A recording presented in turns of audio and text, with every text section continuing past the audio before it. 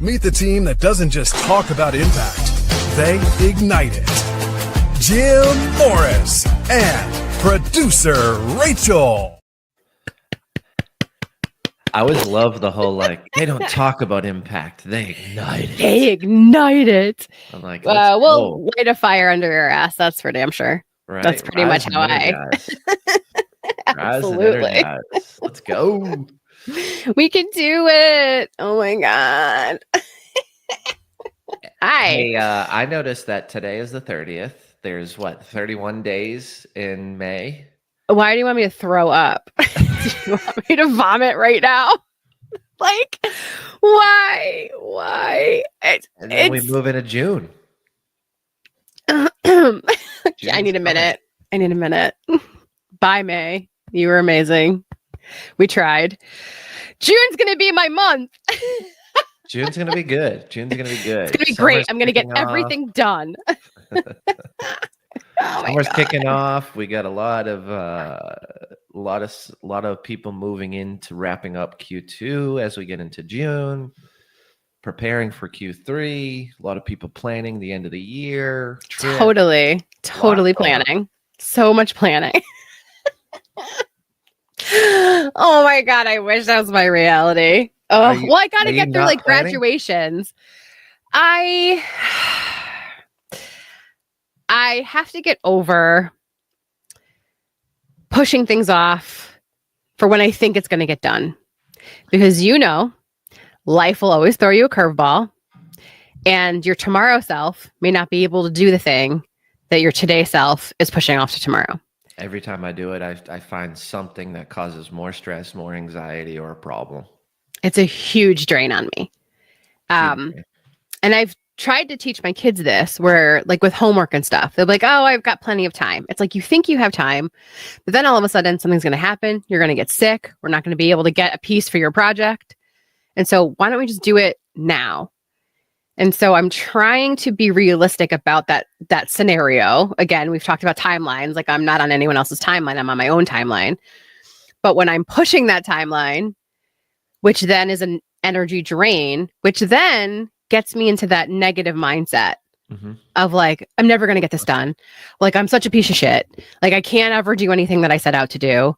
Why am I pushing it off to tomorrow? My tomorrow self's going to hate me. Like, my future self's going to hate me. So you're not coaching yourself. You're a critic. I'm criticizing, which and you know this, slowly just brings your energy all the way down to here, which is not good for anybody. So how do I fix that, Jim? Well, I think you just identified the fact that you're criticizing yourself, not coaching yourself, right? And at the end of the day, would you talk that way to your child? Would you beat them up that way verbally? Would you say that to your husband? Maybe you fly off the handle and your emotions are high, but that's not something that you're consistently doing, right? And you're a human. You're not perfect. I'm not perfect. I've raised my voice to Caitlin in the last week. And I was completely out of line, and I had a bunch of things going on, and I apologized, right? Like, I'm not perfect. But that happens once a year at this point in my life, maybe. Not very often, but the inner self-talk, the inner dialogue, that's every day, right? And like, if you don't control that, you could be beating yourself up 7, 8, 10, 12 times a day. And you're just fighting literally yourself. Like, I want energy. I'm trying to do this thing. I'm working on this. I'm getting my scheduling correct. I'm time blocking. I'm making positive impact. I'm getting good feedback from clients, customers. I'm hanging out with friends. I'm doing all the things. And you're rising. But then you're just knocking yourself right back down because of that inner dialogue. So like, when I think about it, I always ask myself, am I a critic of Jim Morris, or am I coaching Jim Morris? And it's not because I coach businesses or I'm a business strategist or an advisor. I just look at it in just very simple, realistic ways of like, in anything, right? It could be sports, it could be math. Like, we have coaches, we have people who have done the thing, walked the line, created the framework, found a way to communicate it easily or more effectively. And we do those things when it's an external coach, but how can we be the internal coach for ourselves? And I think that is something that I've really sat with. It's going to go in a chapter of the book that I'm writing, but more so, how do we identify it? And then how do we transition out of it? Like, you've identified it, you know that it happens. Now, how do you get to the second piece of identifying it and not letting it control and move out of it? I think that's the key. So now that I've criticized myself, how do I stop it?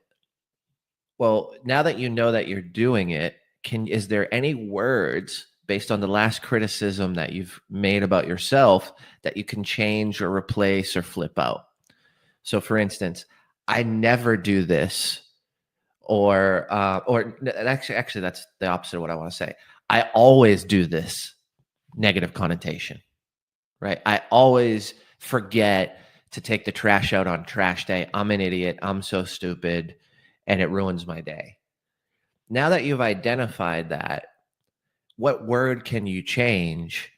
I always forget. Well, can you change it to I often forget? Can you change it to I sometimes forget? Can you change it to once in a while I forget? Like, how can you take the baby steps in the language you use to yourself with the situation and reality not being as intense or negative or as poor, knowing that you're trying to grow, you're trying to make it better, you're trying to enhance it? So I think when I change out some vocabulary, it's not going from just turn the switch off of I'm criticizing myself and I'm perfect now and I'm great and I'm just not going to do this and I'm fixed. It's what can I change in the language now that I'm aware of the language, knowing that I'm taking baby steps to not even get to that point where I'm even addressing myself in a negative connotation. Well, and I love how you're approaching it, because you're not saying like, no, it's not toxic positivity, where you're just like, everything's fine, I'm great, we're just going to totally turn all the negatives into positives.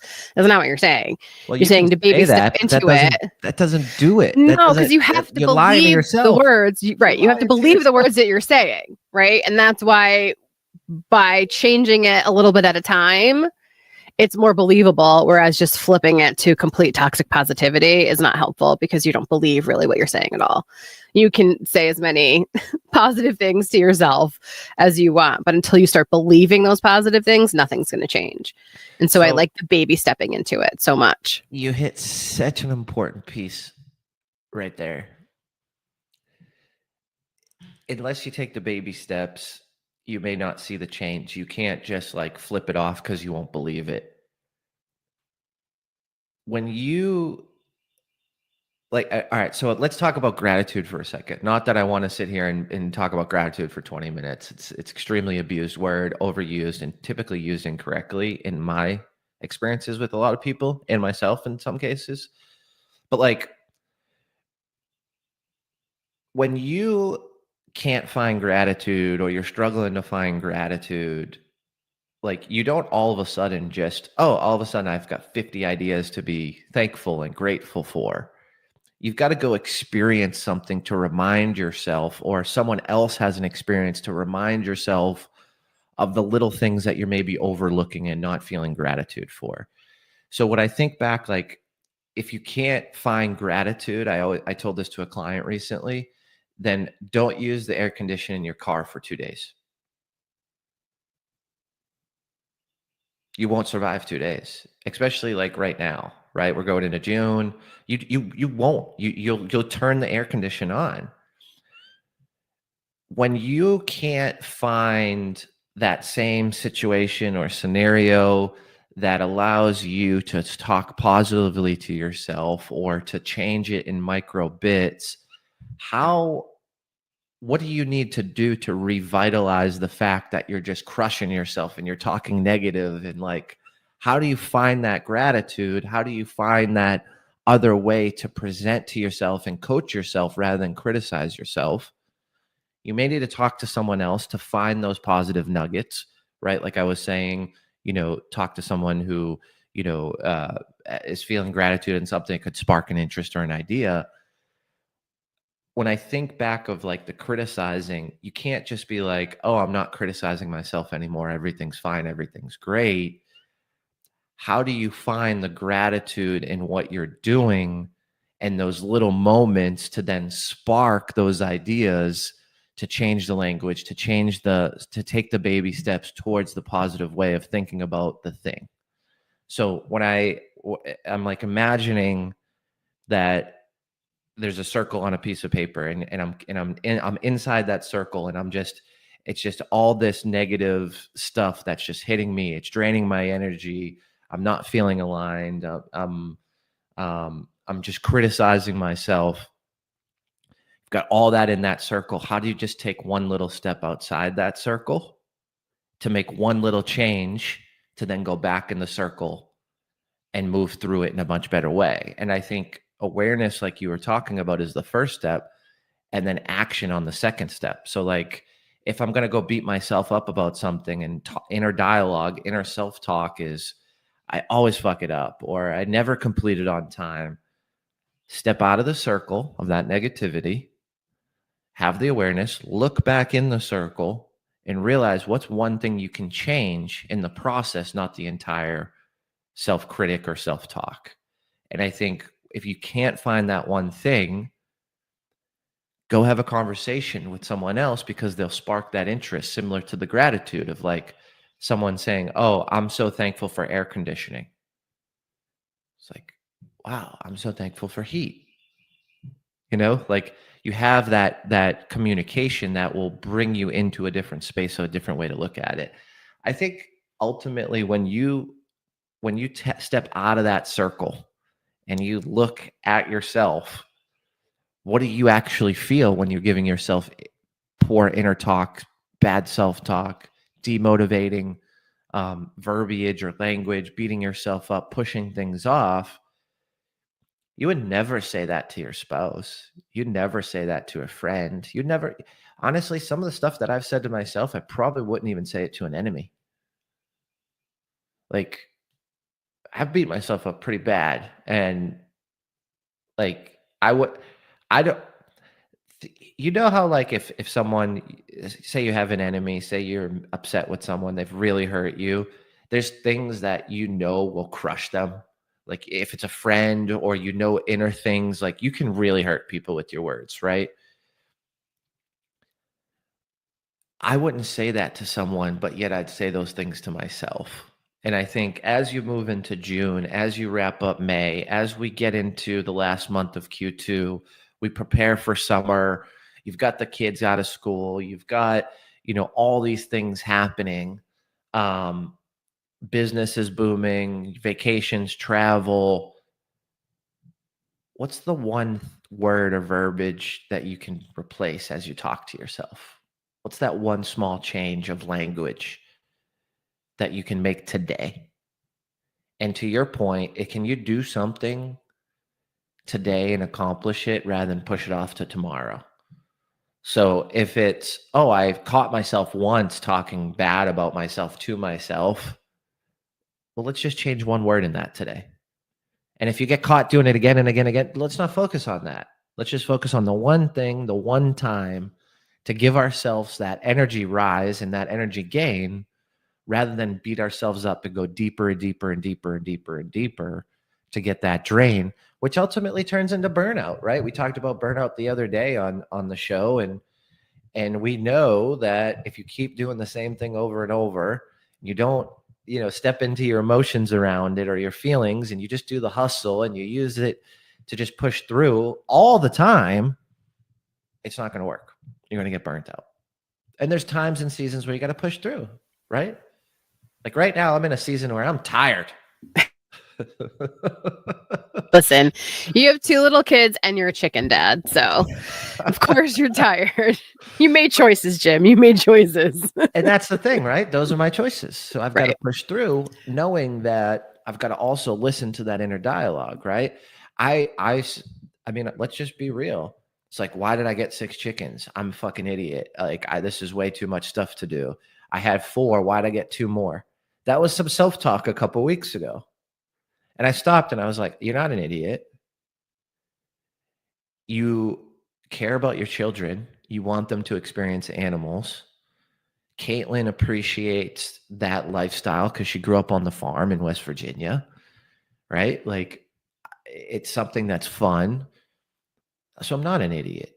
And you get eggs, Jim. You get eggs. And we get eggs. We get Come eggs. on. The most expensive eggs important you've ever had in your life, you know? It was funny when I looked at the cost of chicken feed. I was like, man, this is cheaper just to buy the fucking eggs from the store, huh? For $12, sure. Why not? But now you have fresh eggs. It's amazing. And you're a chicken dad. So essentially, today's challenge is to really turn from being your inner critic to being your self-coach. Take baby steps. Catch yourself in that negative mind chatter. You don't have to flip it to toxic positivity, but start to flip those negative thoughts into more positive thoughts that you can believe in. And truly, you'll see how that energy sort of goes up and up and up and up. Try to catch it faster than you used to. Don't let yourself get into the spiral, because that spiral does bring your energy completely down.